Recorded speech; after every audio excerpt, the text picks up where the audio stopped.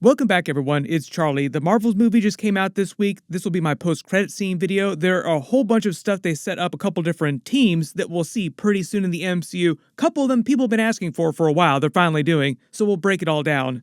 If you're brand new to the channel, be sure to subscribe to get all the videos. And careful for spoilers if you have not seen the movie yet. But at the end of the movie, Dar-Ben uses both of Miss Marvel's bangles, which they canonize as the quantum bands of Quasar from the comics, to basically tear open a hole into another universe. James Gunn actually just introduced the second version of Quasar from the comics in Guardians of the Galaxy 3, that's this character here. There was even a deleted scene that was meant to have taken place at the beginning of the Marvels movie to explain how the original Quasar used the quantum bands to create all the jump portals across the universe.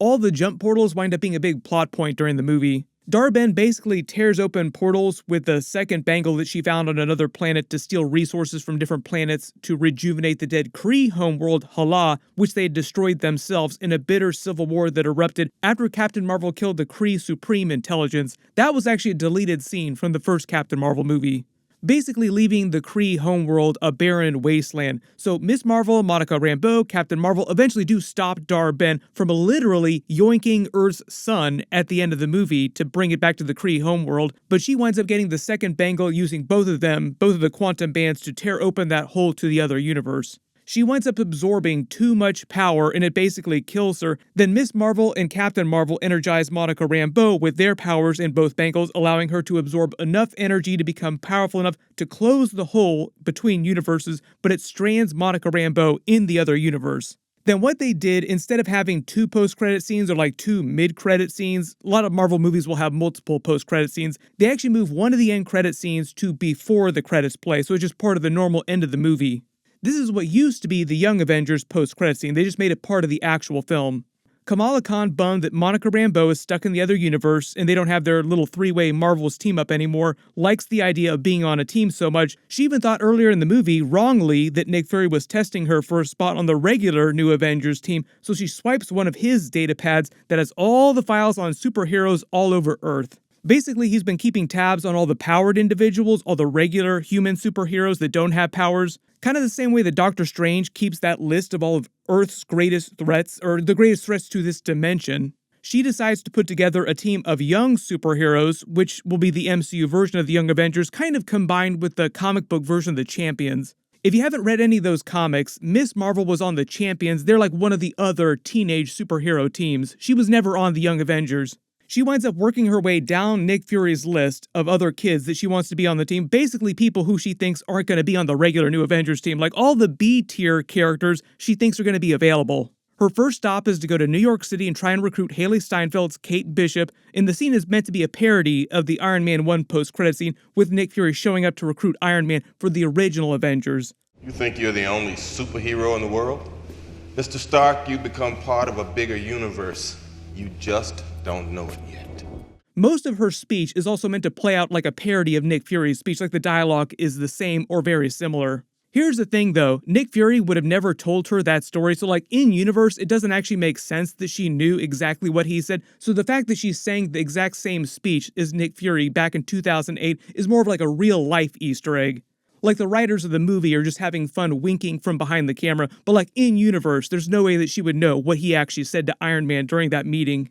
Notice Kate Bishop is wearing her newer suit. She's coming back from a night of superheroing. Pizza Dog also makes a cameo in the scene too, with another pizza reference. She also jokes to Kamala Khan that she's not a teenager, like, I'm in my 20s, what are you talking about, teenage superhero team? She's almost old enough to be a full Avenger. There was a lot of jokes about this in real life about Haley Steinfeld becoming part of the Avengers. People thought that she was too young, when in reality she's in her mid-20s and she's almost the age that some of the original Avengers actors were when they did the first Avengers movie. She winds up begrudgingly agreeing to be on Kamala Khan's team, even though she doesn't really like the idea of being on a team quite so much, which is very much like Kate Bishop from the comics. She's kind of like that in the comics. She kind of reluctantly joins the Young Avengers team in the original roster. Miss Marvel then starts rattling off other superheroes that she wants to be on the team next and mentions Ant-Man has a daughter, which Cassie Lang she's referring to. They actually reference Ant-Man the Wasp Quantumania during the Loki finale as well, so there's like a lot more references to recent Marvel movies. Basically, the original comic book Young Avengers team was Kate Bishop, Cassie Lang, Billy and Tommy is Wiccan and Speed. We'll actually see them come back into the MCU in adult form really soon. Billy first, he'll be played by Joe Locke during Agatha Darkhold Diaries, then Tommy's coming back in like another spin-off series, I believe. Hulkling was on the original comic book team, but I believe they'll swap him for Scar, son of Hulk, which they introduced during She-Hulk. Like they need a Hulk on the team, and they already have a young Hulk now. There was Patriot on that original team, who is Isaiah Bradley's grandson. We actually met him during Falcon and Winter Soldier. Maybe they'll bring him back, or maybe they won't do the character at all. He might have gotten some biological powers because of Isaiah Bradley passing along his abilities through his super soldier serum, just biologically through his children and grandchildren. There was Iron Lad on that original team. That was the young version of Kang. They might substitute Riri Williams' Ironheart for him. We'll see about that. She's also another character who's like a little bit older, kind of like Kate Bishop. Then there's America Chavez, who will probably be on the team as well, just because she's so young. I'm not expecting them to put the younger T'Challa Black Panther on the team. I think they're saving him and they'll just age him up when they do the big Marvel reboot after Secret Wars, and he'll just make a beeline straight for the full Avengers so that Black Panther can be on the Avengers in the future. That means the Young Avengers in the MCU will start off with at least like 6 or 7 characters, and I think they want that to be similar to the original Young Avengers only being 6 characters. They'll probably just slowly grow that team the way that the original Avengers grew in size over Avengers movies. They didn't say when the team itself is going to debut, if it's going to be before Avengers 5 or during Avengers 5, but at some point they'll do some spin-off projects with the Young Avengers just by themselves. One of the very first stories that they actually debuted in was a Kang the Conqueror storyline, so it's very apropos that they're introducing the Young Avengers during this larger multiverse Kang the Conqueror Council of Kangs storyline that we're in the middle of right now.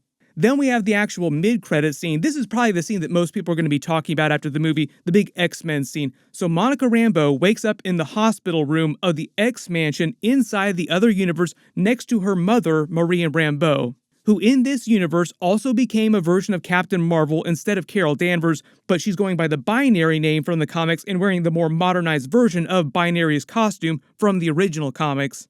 Couple big deep cuts about the Binary character as well. Chris Claremont, famous X-Men writer, created the character during an X-Men storyline. She also became part of the X-Men team in that storyline. So for instance, this version of Binary in the MCU is part of this X-Men team. He revealed the reason why he changed Miss Marvel into Binary during that issue is because Marvel editorial wouldn't let him use the Phoenix character and he wanted to use the Phoenix. So Binary was meant to be kind of like the stand-in for her. But essentially, she's like a more powered-up version of Miss Marvel, Captain Marvel's form, like a way more powerful version of the character. Then because they're in the X-Mansion, like they're in the middle of an X-Men team, we see that Beast is treating them both, and it's Kelsey Grammer back as a version of the character. The big difference this time, though, is that it's completely motion capture. He's not wearing a Beast prosthetic suit like he was during X-Men Last Stand, because it has been a hot minute since that movie came out. He's a bit of an older gentleman now. Little bit easier for them to do a big action scene with Beast as Kelsey Grammer if they do it motion capture. Monica Rambeau has no idea what's happened, like she doesn't know who the X-Men are, so she thinks this is actually her mother, Maria Rambeau, but in this universe they explained that Maria never got married, never had children, so Monica doesn't exist in this universe. She has no idea who this woman is. She probably just thinks that it's weird that she has her mother and father's eyes, like, why do you look kind of like my mother? That's weird. And the whole idea, if it wasn't clear, this isn't meant to be like the main X-Men universe from the Fox movies. It's just meant to be a different universe where a version of the X-Men exists. Like it's not the 838 universe or anything like that. But it does mention Charles, Professor X, wanting an update, so Patrick Stewart also back as another version of Professor X. For the most part, this is meant to be a setup for the events of Deadpool 3, where we'll see a bunch of classic X-Men actors coming back as different versions of their characters from different universes. During that movie, Deadpool's supposed to search the multiverse for like the perfect version of Wolverine. It eventually comes to the realization that Hugh Jackman's version is still the perfect Wolverine. During the movie, they wind up facing a bunch of other X-Men characters from other universes. Generally just meant to be a joke, just clowning on the fact that Kevin Feige is going to recast all the X-Men actors when he does a big reboot in the next big X-Men movie in the MCU. I know there'll be a bunch of questions about what's going on with Deadpool hopping around the multiverse with Wolverine because of everything that Loki did during the Loki finale, but I don't want to get too much into that in this video just because it just came out. So I'll post a link for my Loki finale video at the end of this. Generally, I'm not expecting Monica Rambeau to come back in Deadpool 3 in some kind of cameo scene or anything like that. There might be some references to what happened here, but I think the plot of that movie will be completely different in another different universe. Then there's kind of a hidden post-credit scene over the very end of the credits, so it's more of a funny moment. It doesn't really have anything to do with the actual plot of future movies. It's meant to be a flurkin making cat sounds just in audio form over the actual end credits, and it's meant to be a reference to the Avengers Endgame end credit scenes with the banging Iron Man sounds over the credits from the first Iron Man movie.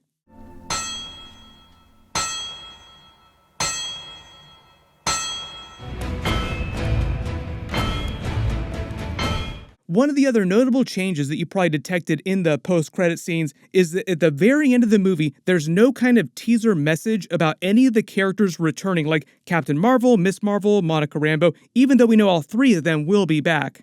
Normally at the end of Marvel movies, they say Captain America will return or Thanos will return, but at the end of this movie, there's none of that.